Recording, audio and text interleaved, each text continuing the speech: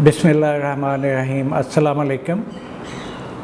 जी मैं चाइना मैंने विज़िट किया है। मैंने वहाँ पे ब्रायलर फार्म विज़िट किए काफ़ी सारे इन गुड नंबर। मैंने वहाँ पे क्या देखा और मैंने वो चीज़ें यहाँ पे नहीं देखी। जब मैंने प्रैक्टिस शुरू की थी साल डेढ़ साल मैंने प्रेस्क्रिप्शन राइटिंग शुरू की थी, तब मैं कुछ फार्मर्स को गाइड करता रहा हूँ इस सिलसिले में जो मुझसे पूछते थे। तो आज मैंने सोचा इसके ऊपर एक फुल फ्लैज वीडियो बना दी जाए ताकि सारे इस मेरे उस एक्सपीरियंस से सब लोग मुस्तफ़ीद हों। मैंने वहाँ पे क्या चीज़ देखी तो उसको हम देखते हैं, उसके ऊपर मैं बात करना चाह रहा हूँ। एक तो मैं बात करूँगा कि क्या फ्लोर सिस्टम बेटर है या केज सिस्टम बेटर है इवन ब्रायलर प्रोडक्शन में। दोनों के एडवांटेजेस और डिसएडवांटेजेस जो हैं उनको डिस्कशन करेंगे। चाइना में क्या चीज़ चल रही है वो मैं सामने लेके आऊँगा। दूसरा जो है म्यूज़िक का इस्तेमाल, क्या ये ब्रायलर प्रोडक्शन में होना चाहिए या नहीं होना चाहिए और कितनी देर, अगर होना चाहिए तो कितनी देर तक। थर्ड, ये जो हम वाटर टैंक बनाते हैं छत के ऊपर, क्या ये अच्छी चीज़ है या इसकी मॉडिफिकेशन की ज़रूरत है। तो ये तीन पहलुओं पे मैं ज़्यादा फोकस करूँगा आज, और बहुत सारी चीज़ें हैं वो आज डिस्कस नहीं करते, लेकिन आज मेरी नज़र में ये तीन चीज़ों पे फोकस करना बहुत इम्पॉर्टेंट है। तो पहली बात शुरू करते हैं, वो मैं बात करूँगा म्यूज़िक के ऊपर। मैंने वहाँ पे देखा तकरीबन 100% फार्मर्स जो हैं उन्होंने डेक लगाए हुए हैं और एक मखसूस किस्म का म्यूज़िक जो है वो चल रहा होता है। मुनासिब उसका साउंड होती है, बहुत हाई भी नहीं होती, बहुत लो भी नहीं होती, तो वो उनका चल रहा होता है। मैंने उनसे पूछा कि ये इसका इम्पैक्ट क्या है। कहते हैं डॉक्टर साहब हमने इसके बगैर भी देखा है और हमें डिजीज़ बर्डन बड़ा आया है और ग्रोथ बड़ी हमारी स्लो नज़र आई है। जिन फ्लॉक्स में हमने म्यूज़िक का यूज़ नहीं किया, जिन फ्लॉक्स में हमने म्यूज़िक का यूज़ किया है उनमें डिज़ीज़ लोड भी कम आया है और उनमें जो है प्रोडक्शन भी बेहतर हुई है। मीट गेन भी बेहतर थी, बहुत बेहतर थी, सिग्निफिकेंट फ़र्क था उसमें। तो ये उन्होंने बात की। तो मैंने कहा आप ये बंद नहीं करते। कहते जी हम बंद करते हैं, हम 24 आवर नहीं चलाते, हम बंद करते हैं। ख़ासकर रात के वक्त हम 3 से 4 घंटे बर्ड्स को स्लीप टाइम देते हैं। उसमें हम लाइट्स भी स्विच ऑफ करते हैं ब्रायलर हाउस की, और हम जो है वो ये म्यूज़िक भी बंद कर देते हैं। तो 3 से 4 घंटे हम देते हैं जिसमें ये लाइट भी स्विच ऑफ होती है और म्यूज़िक भी बंद होता है। तो फिर हम ग्रेजुअली उसका वॉल्यूम जब ऑन करते हैं तो ग्रेजुअली उसका वॉल्यूम इंक्रीज़ करते हैं और फिर एक पॉइंट पे हम रोक देते हैं, और ये हमारा सेट प्रोसीजर है। तो ये मैंने चाइना में उन फार्मर से लर्न किया, उनके एक्सपीरियंसेस जो हैं वो मैं आप लोगों से शेयर कर रहा हूँ। दूसरी बात जो मैं आप लोगों से शेयर करना चाह रहा हूँ वो ये है कि वहाँ पे ये जो हम टैंक, वाटर टैंक हैं, ये मैंने इधर तो छतों के ऊपर देखे हैं। चाइना में मैंने कोई भी वाटर टैंक छतों के ऊपर नहीं देखा।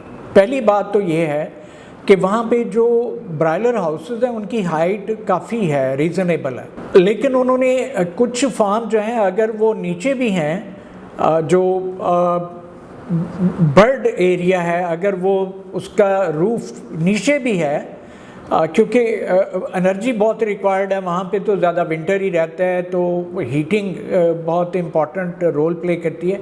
उनका वैसे बहुत ही अच्छा अपना ही हीटिंग सिस्टम था, उस पर मैं फिर किस दिन बात करूँगा। लेकिन आज मेरा मेन टॉपिक जो है वो ये तीन बातें वाजे करने। तो मैंने देखा है कि एक साइड जो है उसकी छत कदरे ऊंची थी और वाटर टैंक उसी साइड पे 3-4 वाटर टैंक जो हैं वो लगे हुए थे, और वो पूरे अब बाहर वाटर टैंक, छत के ऊपर वाटर टैंक का फ़र्क और अंदर वाटर टैंक का फ़र्क क्या है। आपको पता है गर्मियों में हमारे यहाँ पे कूलिंग पैड और हम वो चलाते हैं सारा कुछ, कूलिंग करते हैं कंट्रोल हाउसेस में। हमारे वाटर टैंक मोस्टली छत के ऊपर ही होते हैं, उनके सारे अंदर थे। और हमारे अदरवाइज़ भी जो ओपन हाउसेस हैं, सेमी ओपन हाउसेस हैं, उनमें भी वाटर टैंक ऊपर ही होते हैं। तो वो अंदर बनाएं ताकि उस पर इन्वायरमेंट का इम्पैक्ट जो है कम से कम हो, और बर्ड को जो है ना पानी जो है वो अच्छे टेम्परेचर का मिले, ना कि वो पानी उसकी रिक्वायरमेंट है, वो पानी उसने पीना है, पानी पी के वो बीमार हो जाए, बहुत ज़्यादा गर्म या बहुत ज़्यादा ठंडा, सर्दियों में बहुत ज़्यादा ठंडा और गर्मियों में गर्म पानी पी के वो वैसे ही डिप्रेस हो जाए और बीमार हो जाए। तो उसका ध्यान रखना बहुत ज़रूरी है। तीसरी मैंने बात की थी, वहाँ पे broiler production mostly cage system में है, उनके लोकल केजेस हैं, और हमारे ज़्यादा जो फ्लोर पे प्रोडक्शन है ब्रायलर प्रोडक्शन। अब मैंने इसका फ़र्क क्या देखा जो मुझे नज़र आया, वहाँ पे इन्वायरमेंट एमोनिया का इशू ही नहीं है वहाँ पे। क्यों?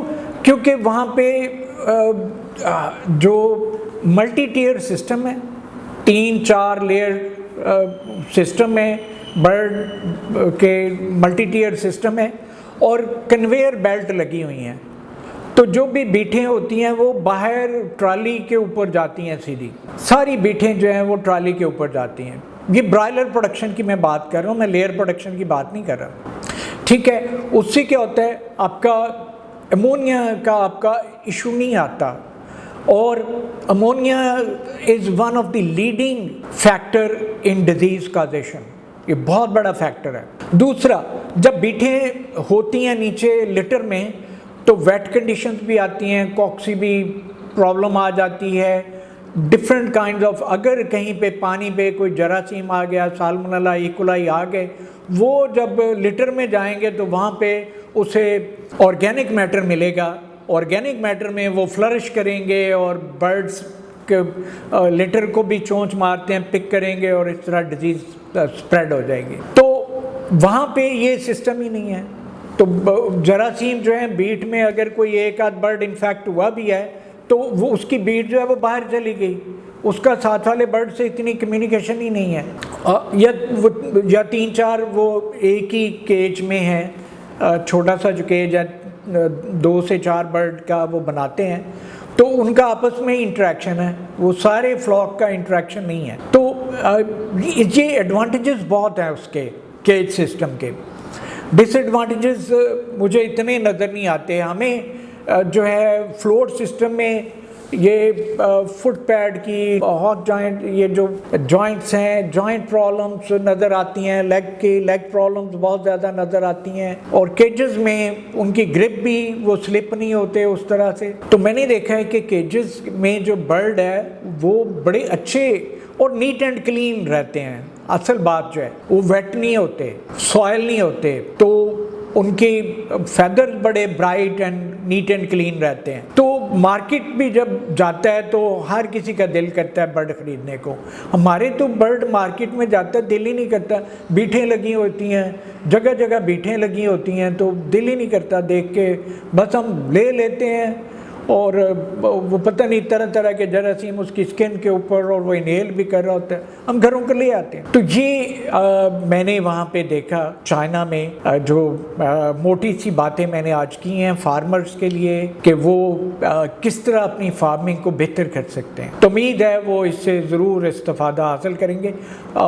जितने भी हमारे पोल्ट्री फार्म्स हैं वो अपने थोड़ी बहुत जो मॉडिफिकेशन जो कर सकते हैं उनको ज़रूर करनी चाहिए, और केज सिस्टम की तरफ चले जाएं तो ज़्यादा बेहतर है। ठीक है, तो आई होप ये फार्मर्स के लिए एक अच्छी वीडियो थी। म्यूज़िक का इम्पैक्ट बहुत इम्पॉर्टेंट है और वो करके देखें। उम्मीद है आप लोग चाइनीज़ एक्सपीरियंसेस से ज़रूर इस्तेफ़ादा हासिल करेंगे जो मैं वहाँ से लर्न करके आया। होप इस तरह की मज़ीद बातें होती रहेंगी। Thank you very much and अल्लाह हाफ़िज़।